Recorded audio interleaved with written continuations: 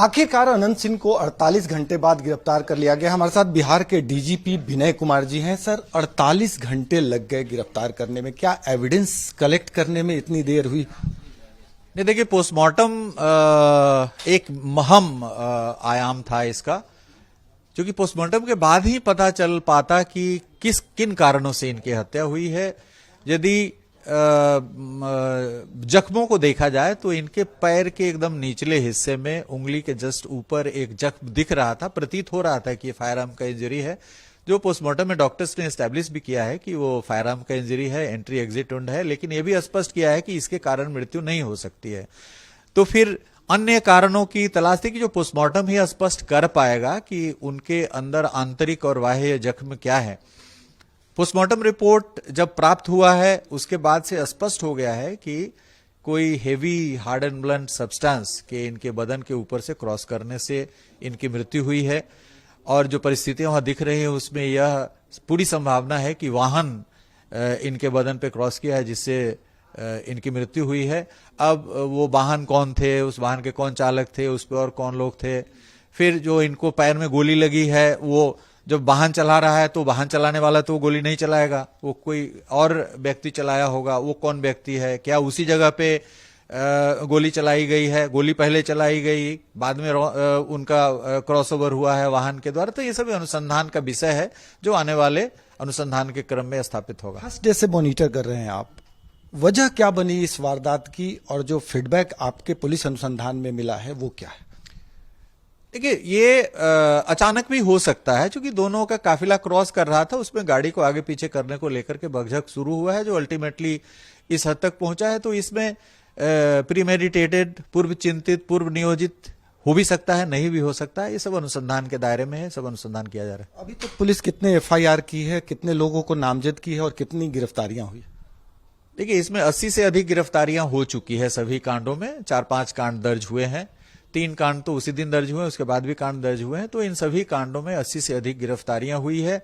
और साक्ष्य के आधार पे जो वीडियो में भी दिख रहे हैं, जो भी अभियुक्त हैं उनकी पहचान की जा रही है, उसके लिए टीम लगी हुई है और पहचान करके उन पे लगातार छापामारी जारी है, उनको गिरफ्तारी की जा रही है। आप वैज्ञानिक अनुसंधान पे जोर देते हैं, कई तरह के वीडियो वायरल है, कई जगह प्रदर्शन करता हुआ, कई जगह मारपीट करता हुआ, पोस्टमार्टम हाउस के बाहर भी हंगामा। तो क्या तमाम वीडियो फुटेज को खंगाल के अनुसंधान को आप लोग आगे बढ़ाएंगे? एग्जैक्टली, हम लोग सभी वीडियो का संकलन कर रहे हैं और उन सभी के आधार पे किसी को नहीं बख्शा जाएगा।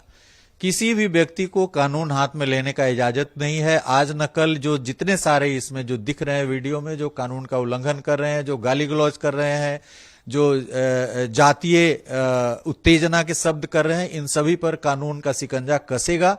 और चुनाव के पूर्व भी हम लोग जैसे 80 से अधिक लोगों को गिरफ्तार किए हैं, इसमें एक भी व्यक्ति को हम लोग नहीं छोड़ेंगे, सभी की गिरफ्तारी होगी। छानबीन में कहीं से सर आया है कि अनंत सिंह का सीधा इन्वॉल्वमेंट है, या कहीं से कुछ इस तरह का तथ्य आया? ये देखिए, सीधा और अप्रत्यक्ष की बात नहीं है। अनंत सिंह वहां पर जो घटनास्थल है, बहुत विस्तृत 1 किलोमीटर घटनास्थल, वहां उनकी उपस्थिति है। जो कन्वॉय इनका था, जो प्रचार का पूरा जो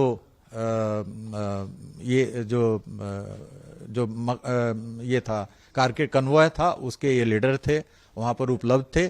तो जिम्मेवारी बनती है, नेतृत्व इनके नेतृत्व में सब चल रहा था। जो नेतृत्व करता है उसकी जिम्मेवारी बनती है। जो जन सुराज के हैं उनका भी नाम है, जो जन सुराज के जो कैंडिडेट है उनका भी के प्राथमिकी में नाम है, वो भी वहां उपस्थित है। और उनके समर्थक पत्थरबाजी कर रहे हैं तो रहे, इसलिए उनकी भी जिम्मेवारी है, उनकी भी गिरफ्तारी होगी। एक वीडियो फुटेज में दुलारचंद और उनके सहयोगी पथराव कर रहे हैं, इसको पुलिस कैसे देख रही है और अनुसंधान में इसको कैसे जोड़ रही? देखिए, वही कह रहे हैं कि वो वीडियो वायरल हुआ है, उसको ऑथेंटिकेट किया जाएगा सर्वप्रथम। लेकिन प्रथम दृष्टया लग रहा है कि वहां पर जनसुराज समर्थक जो दिख रहे हैं, जो गले में काफी गमछा बांधे हुए हैं, ज्यादा संख्या में वही दिख रहे हैं, पत्थरबाजी कर रहे हैं। उसमें एक वीडियो में दिख रहा है जो इनकी वेशभूषा है और जो इनका डील डॉल है, उसके हिसाब से ये प्रतीत हो रहे हैं कि ये भी उसमें पत्थरबाजी में शामिल है।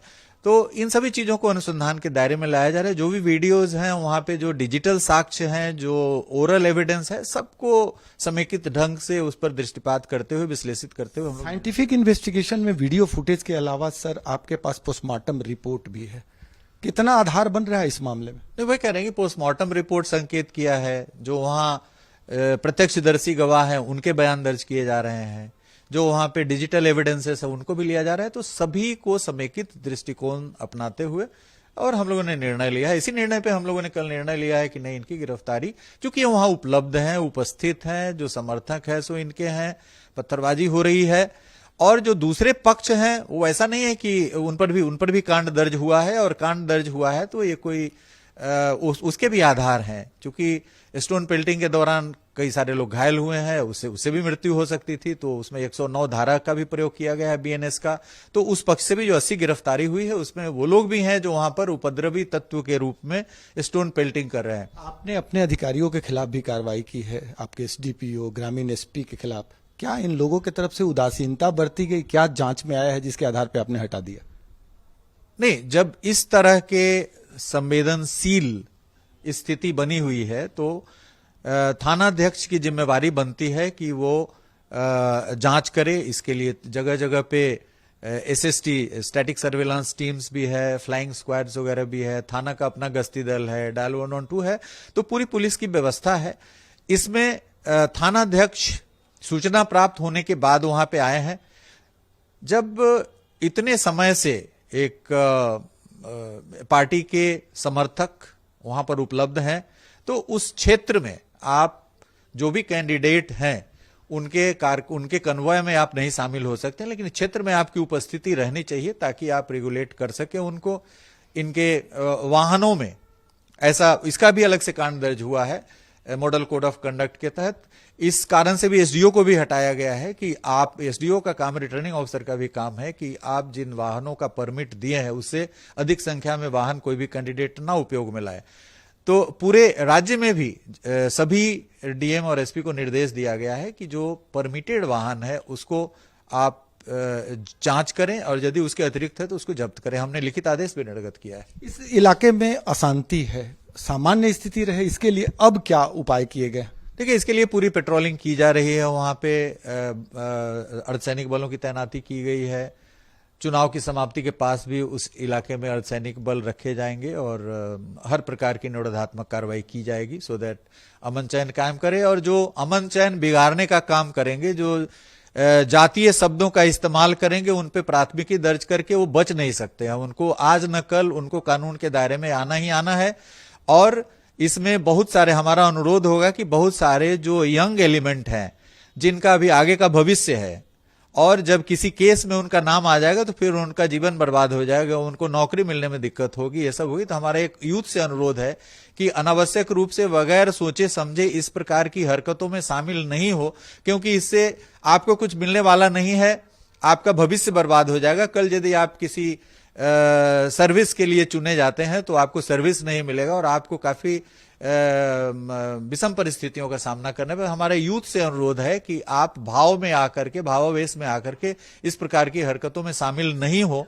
और जो सेन एलिमेंट्स हैं हमारे सोसाइटी के, उनसे भी अनुरोध है, हर तबके के, हर सामाजिक तबके के, कि आप जो इस प्रकार के असामाजिक तत्व हैं उन पर निश्चित रूप से आप अपनी काउंसलिंग करें और उनको इस प्रकार की हरकतों में ना शामिल होने के लिए उत्प्रेरित करें। आखिरी सवाल सर, अनंत सिंह को रिमांड पे लिया जाएगा क्या आप लोग न्यायालय में अपील करेंगे? नहीं, न्यायालय से हम लोग अनुरोध करेंगे। यदि हम लोग, पुलिस की टीम को लगता है, जो पूछताछ कर रही है पुलिस की टीम, और यदि इसमें लगता है कि कांड से संबंधित जो कुछ तथ्य हैं जिस पर इनसे पूछताछ के पश्चात और भी उस पर प्रकाश पड़ सकता है, तो अनुरोध हम लोग करेंगे न्यायालय से। अब इसका एक अवधि होता है कि उस अवधि के दौरान हम लोगों को मिलता है, हर कांड के अनुसार रहता है, अवधि निर्धारित है कानून के द्वारा, तो हम लोग उसको लेंगे। अभी हमारे, जैसा कि आप जान रहे हैं कि चुनाव है, अभी चुनाव में सबसे बड़ी जिम्मेवारी अभी हमारे चुनाव को शांतिपूर्ण ढंग से संपादित करने की है। 6 तारीख को चुनाव है, आज 2 तारीख हो गया है। सभी बलों का गमनागमन सुनिश्चित कराना अभी हमारी ये जिम्मेवारी है। तो अभी हमारा एक पदाधिकारी लगा हुआ है, तो ये हम लोग टीम डिसाइड करेगी कि इनको रिमांड पर लेने की, रिमांड की अवधि है, ऐसा नहीं कि तुरंत रिमांड पर लेना है, रिमांड पर कब लेना है वो हम लोग डिसाइड करेंगे, सो दैट हमारे सीनियर एसपी, सिटी एसपी और जो बहुत सारे पदाधिकारी हैं जो चुनाव में लगे हैं वो अवेलेबल रहे ताकि इनसे पूछताछ की जा सके। बिहार के डीजीपी विनय कुमार ने बेबाकी से अपनी बातें रखी और साफ तौर पे कहा कि फिलहाल बिहार में चुनाव है, सबसे बड़ा टेंशन यही है, लेकिन जरूरत पड़ी तो अनंत सिंह को पुलिस रिमांड पे लिया जाएगा और ये तय पटना के सीनियर एसपी करेंगे। तो कुल मिलाकर बिहार के डीजीपी ने इस मुद्दे पर अपना रुख साफ कर दिया है। सहयोगी कैमरामैन राकेश के साथ भारत एक्सप्रेस के लिए पटना से आशुतोष कुमार।